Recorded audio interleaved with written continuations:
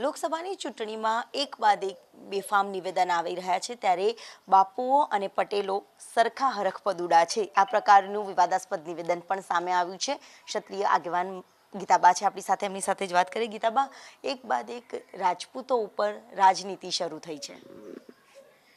આ વખતે એવું લાગી જ રહ્યું છે કે રાજપૂતોને જ ટાર્ગેટ કરવામાં આવ્યા છે। એજન્ડા છે જે રાજનીતિનો એ રાજપૂતોને જ બનાવી દેવામાં આવ્યા છે। હરેક વખતે કોઈનો કોઈ એજન્ડા ઉપર આગળ વધતી હોય છે રાજનીતિ। આ વખતે લગભગ એવું લાગે છે કે ક્ષત્રિયોને ટાર્ગેટ કરવામાં આવી રહ્યા છે।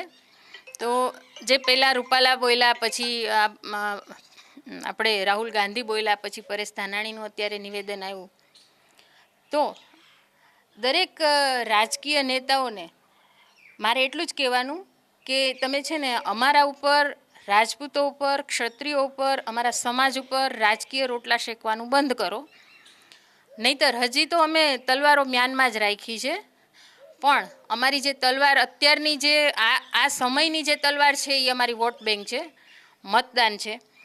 તો અમે એ તલવાર તો કાઢવાના જ છીએ, મતદાનની તલવાર। અને જે પણ રાજકીય રોટલા શેકવા માગે છે એ લોકો તમામને કહેવાનું થાય છે મારું કે જે તે રાજકીય આગેવાનને જે તે સમયે જવાબ આપવામાં આવશે જ તે। તો આ રાજકીય આગેવાનોને હજી અપીલ કરું છું કે રાજકીય રોટલા શેકવાનું તમે અમારા સમાજ ઉપર રહેવા દો, અમારા સમાજને ટાર્ગેટ બનાવવાનું રહેવા દો। કેટલો બેફામ વાણી વિલાસ, ઘડીક આ બોલે, ઘડીક આ બોલે, ઘડીક આ બોલે। કેમ? અમારા સિવાય તમને ક્યાંય મળતું નથી કાંઈ? જે આપ્યું છે એ અમે જ આપ્યું છે, તો હવે તમે આના બેફામ વાણી વિલાસ દ્વારા પણ અમારી પાસે કંઈ લેવા માગો છો? તો જે હોય એ ખુલ્લીને સામે આવો કે અમારે આ જોઈ છે ક્ષત્રિય સમાજ દ્વારા। બાકી હવે તમને તો જે તે રાજકીય નેતાને મતદાનથી જવાબ આપવામાં આવશે।